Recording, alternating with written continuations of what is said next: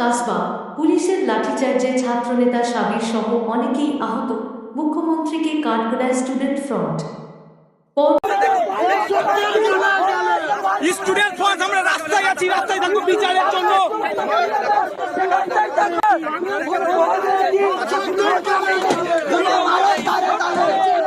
ছাত্র সংগঠন student front এর একদল সদস্য স্থানীয় ধর্ষণ কাণ্ডে অভিযুক্ত ব্যক্তিদের গ্রেপ্তার না করার প্রতিবাদে থানার সামনে জমায়েত হন। তাদের দাবি ছিল, ধর্ষকদের ধরো, শাস্তি দাও, থাক গ্রেপ্তার, পুলিশের লাঠি চালনা ও প্রেজেন্ট ভ্যানের তোলা। চোখের পলকে শান্ত প্রতিবাদ পরিণত হয় পুলিশের প্রতিক্রিয়ায়।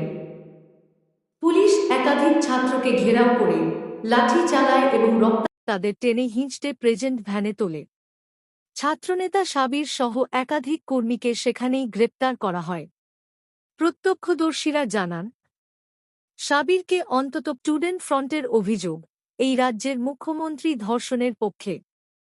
পুলিশি নির্যাতনের বিরুদ্ধে দাঁড়িয়ে স্টুডেন্ট ফ্রন্ট মুখ্যমন্ত্রী মমতা ব্যানার্জির বিরুদ্ধে সরাসরি আক্রমণ হানে। তাদের ভাষায়, এই রাজ্যের মুখ্যমন্ত্রী ধর্ষণের পক্ষে আছেন, ধর্ষকদের গ্রেপ্তার করছে না, অথচ প্রতিবাদ করতে গেলে আমাদের লাঠি মেরে ধরে নিয়ে যাচ্ছে। এই বক্তব্যকে ঘিরে রাজ্য রাজনীতিতে ব্যাপক চাঞ্চল্য তৈরি হয়েছে। রাজনৈতিক ও সামাজিক পটভূমি কেন এই বিক্ষোভ? সম্প্রতি কসবা থানার অধীনে এক বালিকার ধর্ষণ ও খুনের অভিযোগ সামনে আসে, কিন্তু পুলিশ কয়েকদিনেও অভিযুক্তদের বিরুদ্ধে দৃঢ় পদক্ষেপ নেয়নি বলে অভিযোগ। এই ন্যায় বিচারের দাবিতেই পথে নামে স্টুডেন্ট ফ্রন্ট। তাদের বক্তব্য, ধর্ষণকারীদের নামে ফেয়া হয়নি, প্রভাবশালীরা বাঁচিয়ে রেখেছে, সরকার চুপ।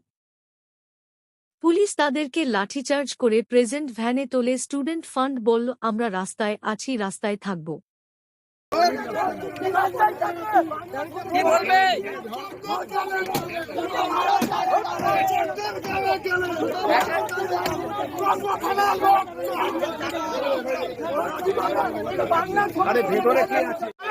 প্রতিরোধ গড়ে তুলে। তারা আরও জানিয়েছেন, রাজ্য জুড়ে একযোগে পথসভা ও মিছিল সংগঠিত করা।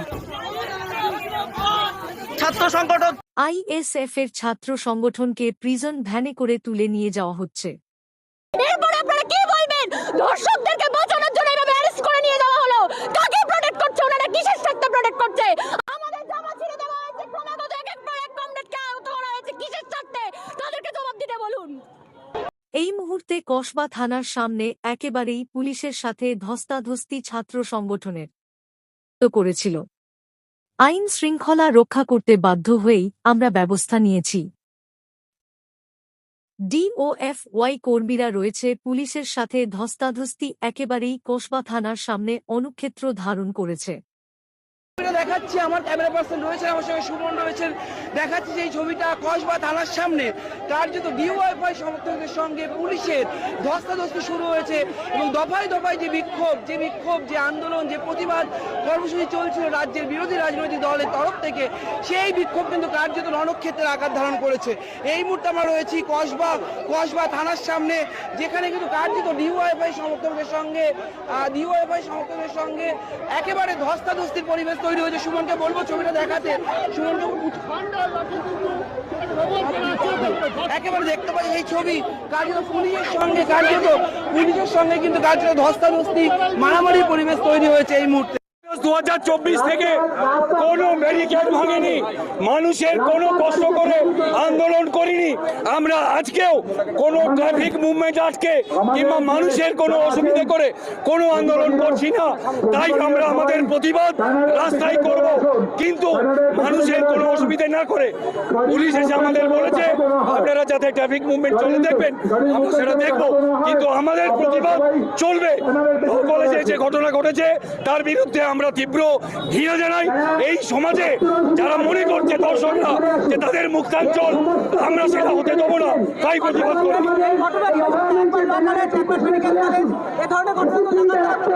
আরজি করে নৃশংস হত্যা এই রাজ্যের স্বাস্থ্য ব্যবস্থার হত্যা, এই ল কলেজের এই ধর্ষণ প্রমাণ করে আইনের শাসনকে ধর্ষণ করা হচ্ছে। তাই আমরা এই প্রতিবাদ করছি, আমরা এখানে প্রতিবাদ করছি। ইতিমধ্যে কয়েকজন ধরা পড়েছে, আমরা চাই পূর্ণাঙ্গ তদন্ত হোক এবং দোষীরা ধরা পড়ুক।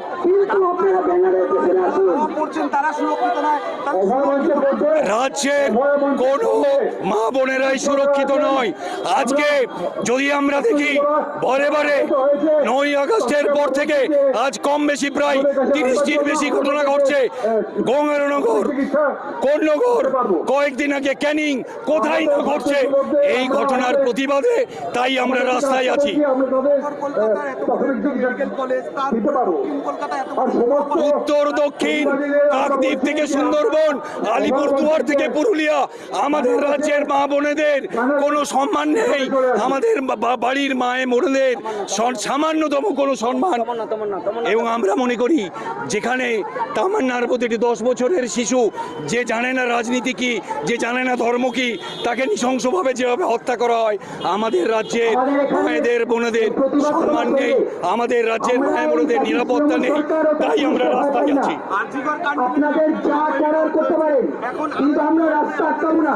আমরা সাধারণ মানুষের ক্ষতি করবো না, সাধারণ মানুষকে ব্যতিব্যস্ত করবো না। পুলিশ বারে বারে যারা প্রতিবাদী তাদের গলা থামাবার চেষ্টা করেছে। আমরা দেখেছি এই পুলিশ আশফাকুল্লাহ নাইয়ার বাড়িতে চলে যায় রাতের অন্ধকারে, কিন্তু এই পুলিশকে পাওয়া যায় না। যখন সাউথ কলকাতা ল কলেজে একটি মেয়েকে ধর্ষিতা হতে হয়, আমরা পুলিশকে খুঁজে পাই না। যখন দেখি আরজি কর মেডিকেল কলেজে 14ই আগস্ট ভাঙচুর করে দুষ্কৃতীরা, তাই এই রাজ্যের পুলিশ মনে হচ্ছে তারা ধর্ষকদের কোথাও না কোথাও সমর্থন করছে। সমস্ত ছাত্র যুবরা ওদিকে আছেন, তাদের চিকিৎসার দরকার, চলে আসুন।